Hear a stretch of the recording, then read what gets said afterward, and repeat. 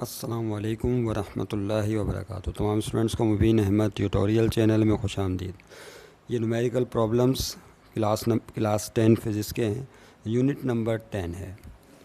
Unit number 10 उसका numerical number 3, find the time period of a simple pendulum of 1 metre length. एक simple pendulum का time period बताइए क्या होगा जबकि उसकी लेंथ 1 मीटर गिवन है। Placed on earth and on moon, यानी जब उसको ज़मीन पर रखा जाए तो उसका टाइम पीरियड क्या होगा, और जब उसको मून पर ले जाएं तो वहाँ टाइम पीरियड क्या होगा। यानी मून पर टाइम पीरियड कुछ और होगा, अर्थ पर कुछ और होगा। उसकी वजह हम बयान करते रहे ग्रेविटी डिफरेंस, क्योंकि मून पर जो ग्रेविटी है वो अर्थ के मुकाबले में 6 टाइम्स कम होती है। आगे लिख दिया उन्होंने, द वैल्यू ऑफ ग्रेविटी, जी से मुराद है gravitational acceleration on the surface of moon is 1/6 of its value on अर्थ। इसका मतलब ये है कि चांद पर जो ग्रेविटी है वो 1/6 है, यानी 1/6 हिस्सा रह जाती है of its value on earth. Earth के मुकाबले में 1/6 है, यानी 6 गुना कम है, यूँ समझ लें। वेयर, जबकि जी यानी gravity on earth is 10 metre per second square. तो वो कह रहे हैं कि ज़मीन पर ग्रेविटी की वैल्यू ये है, मून पर इसका 6 गुना कम हो जाएगी। तो बताइए कि उस पेंडुलम का टाइम पीरियड 2 दफ़ा मालूम करना है। एक दफ़ा हमने टाइम पीरियड सतह ज़मीन पर निकालना है ऑन द अर्थ सरफेस, और फिर टाइम पीरियड निकालना है on the surface of moon. इसलिए 2 जवाबात होंगे। उनके जवाबात भी यहाँ पे लिख दिए आसानी के लिए आपको, लेकिन पहले डेटा बनाइए। क्या बनाएंगे स्टूडेंट्स? डेटा बनाएं प्लीज़, मेरे साथ साथ काम करें और समझें भी। Data, DATA, data. Find the time period of a simple pendulum, यानी हमें टाइम पीरियड कैलकुलेट करना है सिंपल पेंडुलम का। डेटा में सीधा सीधा क्वेश्चन है, time period of simple pendulum. जो सिंपल पेंडुलम है उसका टाइम पीरियड कैलकुलेट करें। अच्छा, जो टाइम पीरियड हम कैलकुलेट करेंगे सिंपल पेंडुलम का, तो पहले कहाँ कैलकुलेट होगा? अर्थ पर, और फिर टाइम पीरियड कैलकुलेट करेंगे दोबारा उसी सिंपल पेंडुलम का, लेकिन कहाँ पर? On moon. शाबाश, कहाँ पर? मून की सतह पर क्या होगा और अर्थ की सतह पे क्या होगा। तो 2 दफ़ा आपने काम करना है। इसको आप एक पार्ट का नाम दे दें और इसे बी पार्ट का नाम दे दें आसानी के लिए। अच्छा, एक इन्फॉर्मेशन और लिखी हुई है कि जो ज़मीन पर gravity g is 10 metre per second square, तो gravitational acceleration on earth that is 10 metre per second square. ये जो ग्रेविटी है कहाँ पर है स्टूडेंट्स? ये है ऑन अर्थ, ज़मीन पर। और एक इन्फॉर्मेशन और कह दे रहे हैं, क्या? The value of g on the surface of moon. Gravity on the moon के लिए जी के साथ एम लगा दीजिएगा ताकि समझने में आसानी रहे। वो है 1/6। किसका 1/6 है? Gravity on the earth surface का। इसको इस तरह लिखा जाता है, यानी ज़मीन की सतह पर ग्रेविटी का 1/6 है gravity on the moon. Okay, चांद की सतह पर ग्रेविटी ज़मीन की सतह पर ग्रेविटी से 6 गुना कम है। आसान अल्फाज में इसको यहीं सॉल्व कर लें तो 1/6 मल्टीप्लाई जी ई की वैल्यू क्या बताई उन्होंने? 10। तो 10 1 क्या हो जाएगा बच्चों? 10 डिवाइडेड बाय 6, क्योंकि न्यूमरेटर से मल्टीप्लाई होता है, और इस 10 के नीचे कौन है? 1 है। डिनोमिनेटर लिखते नहीं हैं, तो डिनोमिनेटर 1, डिनोमिनेटर 6 से मल्टीप्लाई होगा, तो 1/6 × 6 हो जाएगा। अब अगर आप 10 को 6 से डिवाइड करें तो क्या बनता है? देखिए, 10 डिवाइडेड बाय 6, तो दिस विल गिव यू, क्या हासिल होगा? 1.6667, यानी इसकी वैल्यू ये आ जाएगी। आसान अल्फाज में 1 राउंड करके लिख लें 1.67, और इसका यूनिट होगा मीटर पर सेकेंड स्क्वायर। तो ये ग्रेविटी ऑन मून हासिल हो गई, समझ लें, और ग्रेविटी ऑन अर्थ भी आपके सामने मौजूद है।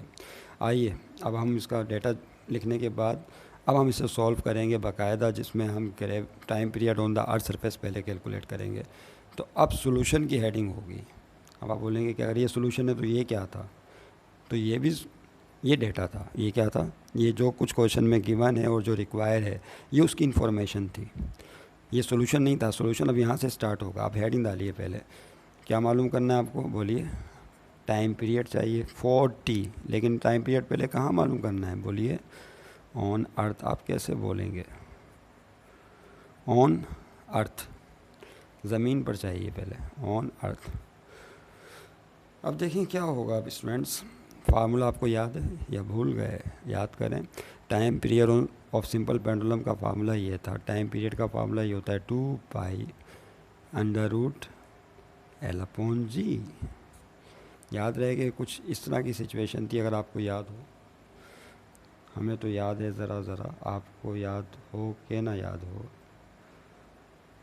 ये स्ट्रिंग होती है और उसके साथ एक बॉब होता है, इसका मास m, और यहाँ से लेके सेंटर ऑफ बॉब तक का फासला लेंथ ऑफ पेंडुलम कहलाता है, याद है l।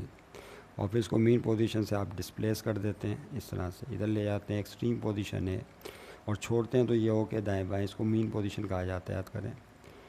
इस तरह से फिर वो वाइब्रेट करने लगता है या सिंपल हार्मोनिक मोशन एग्जीक्यूट करने लगता है। ये थी सिचुएशन, ओके दाएँ बाएँ। इस पॉइंट को क्या कहा था हम लोगों ने, बी का, और ये रही लेंथ यहाँ से लेकर यहाँ तक। ओके, देखिए अब होता है क्या है, ए से बी और फिर बी से ए, इसे कहते हैं एक वाइब्रेशन। एक वाइब्रेशन के लिए जो टाइम लगता है that is called time period. तो अगर आप ज़मीन की सतह पर हैं और एक वाइब्रेशन का टाइम नोट कर रहे हैं तो उसको टाइम पीरियड बोलेंगे ऑन द अर्थ। लेकिन जब यही सिंपल पेंडुलम हम चांद की सतह पर ले जाएं और दोबारा एक वाइब्रेशन का टाइम नोट करें तो क्या यही टाइम पीरियड निकलेगा? नहीं, ये नहीं निकलेगा, क्योंकि वहाँ पे ग्रेविटी कम है। क्या है? ग्रेविटी कम है, लिहाजा वहाँ टाइम पीरियड ज़मीन के मुकाबले में ज़्यादा होगा, क्योंकि वहाँ देर से एक वाइब्रेशन कंप्लीट होगी, और ज़मीन पर ग्रेविटी ज़्यादा है तो यहाँ एक वाइब्रेशन जल्दी मुकम्मल हो जाएगी। नहीं समझे? बहरहाल टाइम पीरियड चाहिए आपको पहले ज़मीन पर, तो यहाँ पे जी के साथ क्या लगा दीजिए, ई, समझने के लिए, क्योंकि ग्रेविटी ऑन दैट सरफेस इस्तेमाल की जाएगी, है ना। अब देखें क्या हो जाएगा, time period is equal to 2 × pi, circle constant कहलाता है। इसकी वैल्यू 12 बताई 3.1428 होती है। फिर मल्टीप्लाई बाय लेंथ भी दी हुई है इन्होंने। लेंथ कहाँ लिखी है हम लोगों ने? Length 1 metre length. अरे लेंथ तो लिखी ही नहीं डेटा में, लेंथ की इन्फॉर्मेशन तो आप क्या करें भाई, लेंथ भी तो दी हुई है यहाँ पे, गौर से देखें। जो लेंथ है ये तो गिवन है ना हमें, 1 मीटर लेंथ, ऐसा भी होता है। लेंथ तो दी हुई है। चलें अब क्या करें भाई, जगह नहीं यहाँ लिख रहे हैं। Length of simple pendulum is equal to, यहाँ लिख लो भाई, l is equal to 1 metre. ये तो गिवन है आपको क्वेश्चन के अंदर, और लेंथ के बगैर तो टाइम पीरियड वैसे भी नहीं निकल सकता। ओके यस, यहाँ पे पुट करें कीमत। लेंथ की जगह क्या आएगा, 1 मीटर, और ग्रेविटी की वैल्यू क्या है, 10। ये हो गया। ओके, अब इसको करें सॉल्व। ठीक है, लेंथ लिख लीजिएगा प्लीज़ डेटा में, लेंथ तो दी हुई है 1 मीटर। इसको थोड़ा सा हमें ऊपर करना पड़ेगा, पेज अब आपके सामने से हट जाएगा, पूरा नहीं आएगा, कहने का मकसद ये है। तो अब देखें क्या होगा, time period is equal to, अब देखें यहाँ क्या करेंगे स्टूडेंट्स, यहाँ 2 को मल्टीप्लाई करेंगे। 2 × वॉट, 3.1428।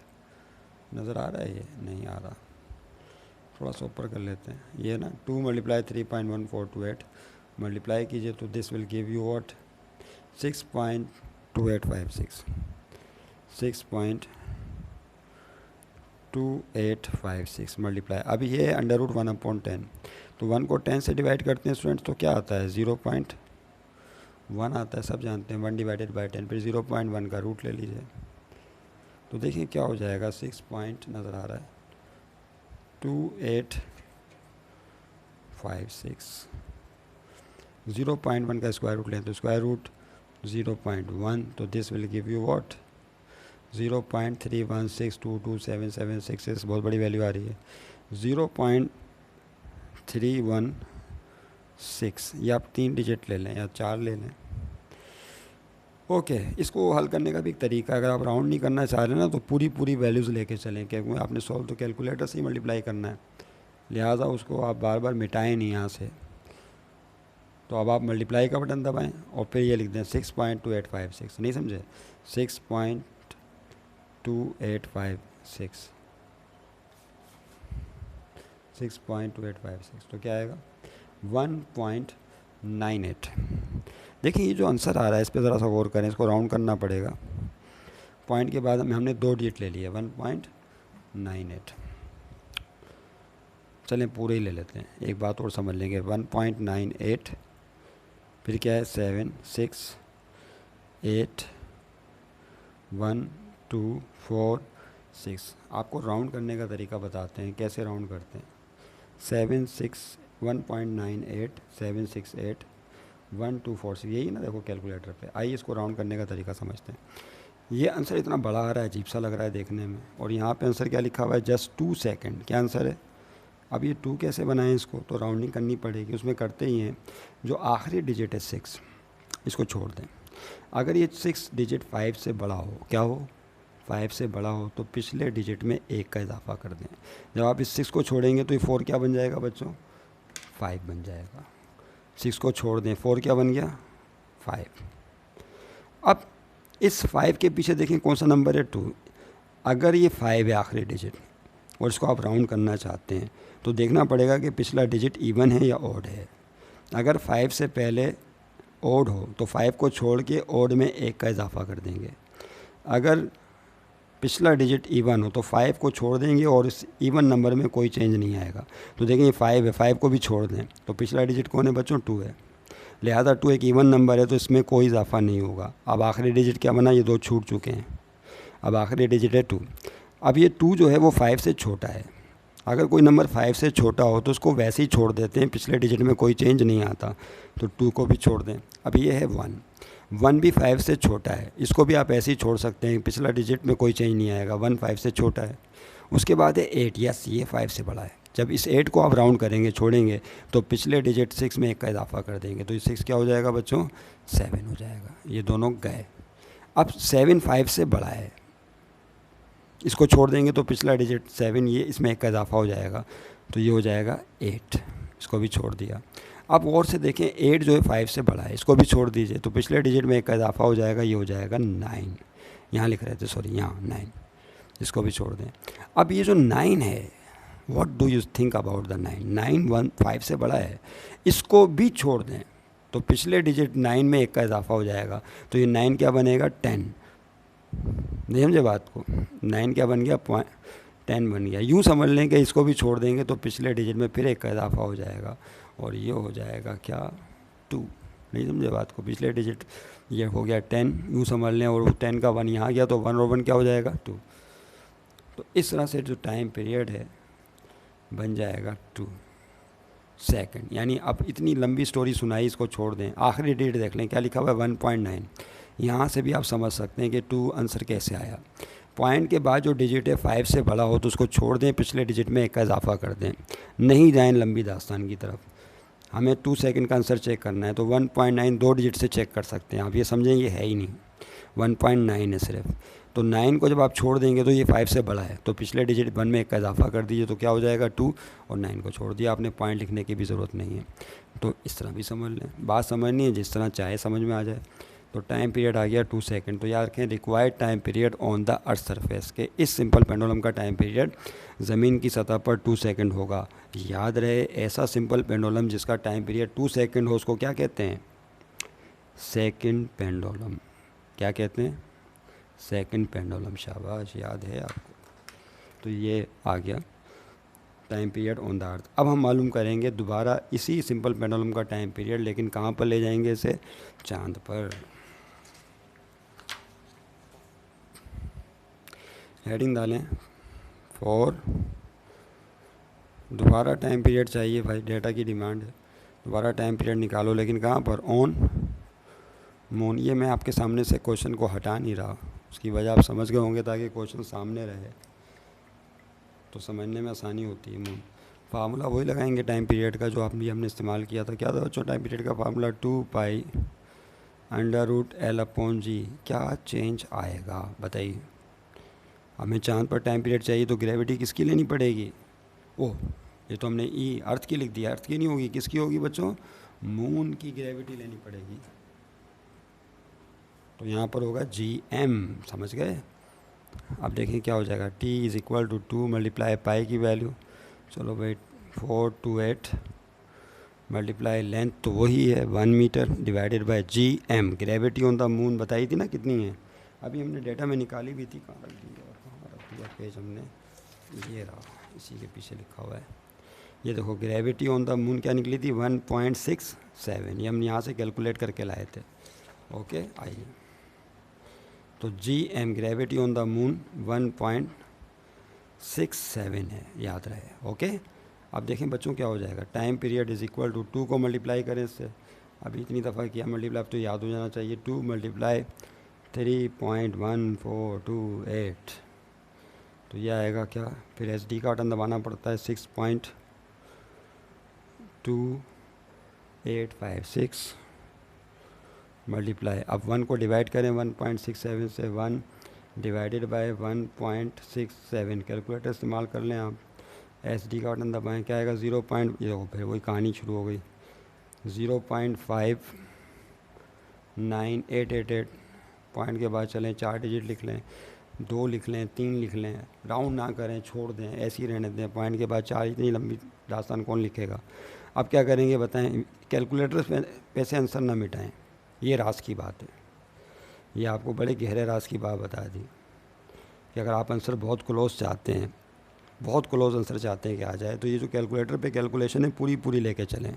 देखें 0.5988, इसका जो वैल्यू आई थी 1 को डिवाइड करने पर, वो मैंने वही लिखी हुई है। अब आप स्क्वायर रूट का बटन दबाएं, किसका, स्क्वायर रूट, इसी का स्क्वायर रूट चाहिए, इज इक्वल टू, ये क्या हुआ भाई, अरे लो भाई हो गया है, कैलकुलेटर का फंक्शन दूसरा वाला है। 0.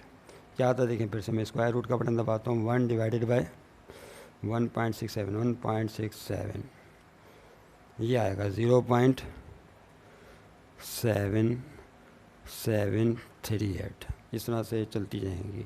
अब मैंने दूसरे तरीके से कर लिया, कोई बात नहीं, आप यही वैल्यू ले लें भाई, परेशान हो रहे हैं तो। स्क्वायर रूट का बटन दबाएं, 0.5988 यही था, क्या आया 0.7738। देखो वही वैल्यू आ रही है जो पहले ली थी। इसको मल्टीप्लाई कर दें किससे, 6.2856 से, तो ये क्या आ जाएगा बच्चों, 4.86 आ जाएगा। देखो तो टाइम पीरियड क्या आ गया, 4.8639, लेकिन हमारे पास जवाब तो 4.9 है। क्या है, 4.9 में आंसर दिया हुआ है। तो देखिए फिर वही राउंडिंग की, उन्होंने 9 सबसे बड़ा है, मैं सारे डिजिट नहीं लिख रहा है, इसको छोड़ दें तो ये 4 हो जाएगा। 4 5 से छोटा है, ऐसे ही छोड़ दें, 6 पे कोई असर नहीं पड़ेगा। 6 जो है, देखिए ये जो 3 नंबर है ना 4.86, यहाँ से बाकी तमाम नंबरों को छोड़ दें, इन 3 नंबरों के ज़रिए आप ये 2 नंबर वाला जवाब बना सकते हैं। अगर आपको 2 नंबर वाला जवाब बनाना हो तो कितने नंबरों से बना सकते हैं, 3 नंबरों से। नहीं समझे बात को, सिर्फ उसमें जो आखिरी डिजिट होगा 6, वो उसको राउंड करना पड़ेगा। तो 6 चूँकि 5 से बड़ा है, इसलिए इसको छोड़ देंगे तो पिछले डिजिट में 1 का इजाफा हो जाएगा। तो क्या हो जाएगा 4.9। फिर से 9, इसको तो छोड़ दिया आपने, इनको तो छुपा लें आप। ये 4.86 आंसर देखो 4.9 कैसे बनेगा, 6 5 से बड़ा है, इसलिए इसको राउंड करेंगे तो पिछले डिजिट 8 में 1 का इजाफा कर दें, बस ख़त्म हो गई बात। तो क्या हो जाएगा 4.9 सेकेंड। अब आप में से कोई बोल सकता है कि भाई 9 को भी राउंड कर दें, हाँ तो कर दें। 9 को राउंड करेंगे तो 4 क्या बन जाएगा, 5, क्योंकि 4.9 5 के बहुत क्लोज होता है। तो 9 को भी आप राउंड कर सकते हैं, तो 4 क्या हो जाएगा, 5 हो जाएगा। तो ठीक है, लेकिन हमने बुक के मुताबिक आंसर आपको बता दिए कैसे आता है। That is the time period on the moon surface. Answer आखिर में लिख लें, required time period on the surface of moon. अब बताइए, ज़मीन पर टाइम पीरियड था 2, चाँद पर 4.9 यानी तकरीबन 5। क्यों, चाँद पर वाइब्रेशन देर में मुकम्मल हो रही है, ज़मीन पर जल्दी हो गई, क्योंकि चाँद पर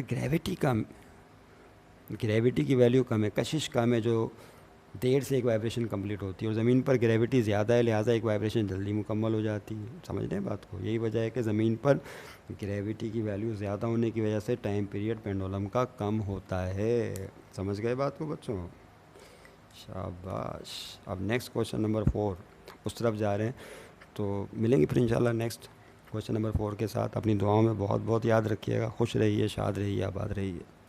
खुदा हाफ़िज़।